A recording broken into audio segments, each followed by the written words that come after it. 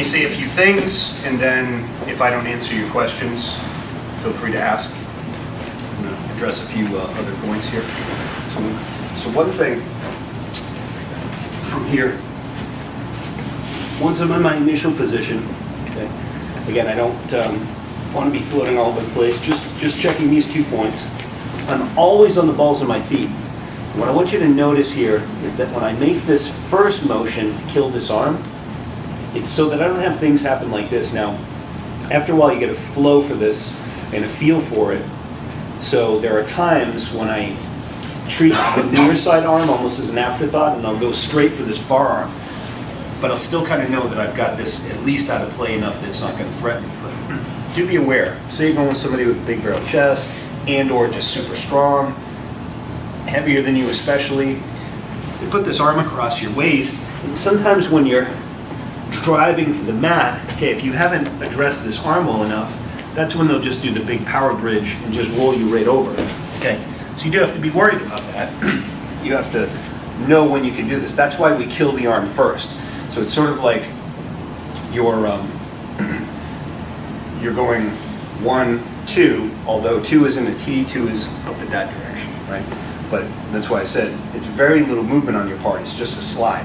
But you do let your body actually come across his body without fear, because you're stapling his arm to the mat and you're killing this one first. So really the partner kind of winds up like this.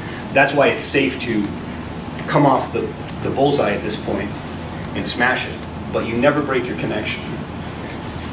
Second thing, along with making sure that I isolate this arm, is I really want to tilt and bring all my weight here on both feet, okay, on the toes, balls of the feet and the toes. At no point did either of my feet go flat. I need that drive, and I can feel my whole hip bone and the outside of my body like sitting heavy on Ivan here, so there's not any space in there. If you look at it from this angle, right now my knee is blocking the hip. As I slide to kill this arm, my knee may move a little bit, but it does not come away from his body. The only time this knee of this leg comes away from the body is on the drive at that 45-degree angle, but I just shift my connection into my thigh, rib cage, and oblique. Okay, so that's important, because if you break the connection at any point, somebody, especially if they're flexible and they're quick, they'll pull guard right then and there as you're in your transition sliding across the body. So I want to prevent that as well. Come on, right way. Okay, so again, I start with points 1 and 2 in the fundamental 5. Okay, that's my positioning. Kill this, a little slide, kill this. Okay.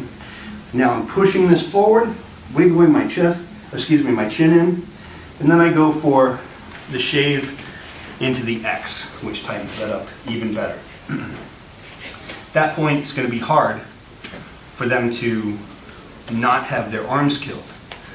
But it is jiu-jitsu, and it is skilled opponents, and they will have tactics for making space, which is why if I'm starting to go for this, and at any point, okay, Ivan's bridging and defending, so on and so forth, right? And he moves a little bit, and I'm trying to kill this, right?